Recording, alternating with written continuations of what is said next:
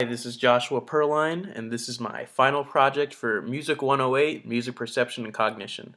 For my final project, I aim to delve into and explore the interesting world of vaporwave, a subgenre of plunderphonics electronic music that uses samples from late 70s, 80s, 90s, and early 2000s popular music and smooth jazz and kind of muzak, and chop and skew it and make it into kind of new, interesting pieces that kind of serve as like a critique on yuppie, new age capitalist mentalities.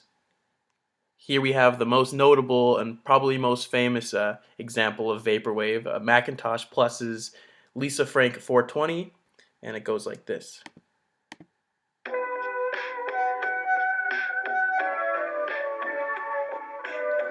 Now, stylistically, there's a really large emphasis on kind of like a lazy production style. It's really slow and kind of undulating, and a very dark timbre, kind of like it's almost like you're in a deserted mini mall or something. That's a very common idiom. And I realized, hey, this is probably so easy to make. I can make a program that does it for me, and that's what I did with this project. So here we have my max patch, the vaporwave generator, and what you do is you put in a song, and it outputs the vaporwave version of that song. Now I know for a fact that this song right here is a Diana Ross sample. So if we go to replace, we click on this, and I have that particular Diana Ross song. You can select it and upload it, and here's the original song. Now my project does some analyzation of it to determine the beats per minute of the song, the tempo, and then takes it and turns it into the vaporwave version. Namely, what that does is it slows it down and pitch shifts it slightly.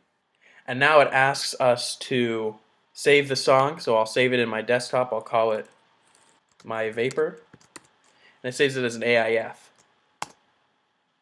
Now we can listen to our new version of the song. Doesn't that sound familiar? So let's see what's under the hood. Now we can pause, resume, increase the quality, increase the volume, and we have all of our data here. So if we go under the hood, we notice that we take in the song, it gets put into a max buffer, it plays it for 14 seconds, and from there it goes into a bandpass filter that basically filters out only the frequencies of like the high accented backbeats. So doom doom boom boom boom, that noise is what's going through the filter, and that's ultimately what we can use in the sync object to analyze for the BPM.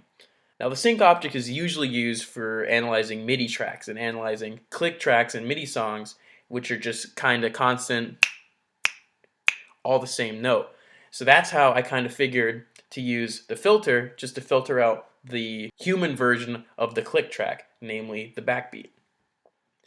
From there, we use the info object, which extrapolates all the important information from the track, such as the duration, the number of samples, and we put that into an O.code box, which allows us to do some math on there. So basically, I find how long the track is in minutes, I multiply that by the tempo of the song, which we find through the sync object, then we divide that by the ideal tempo that we would like the song to be at. Namely, I like it to be at 89 beats per minute.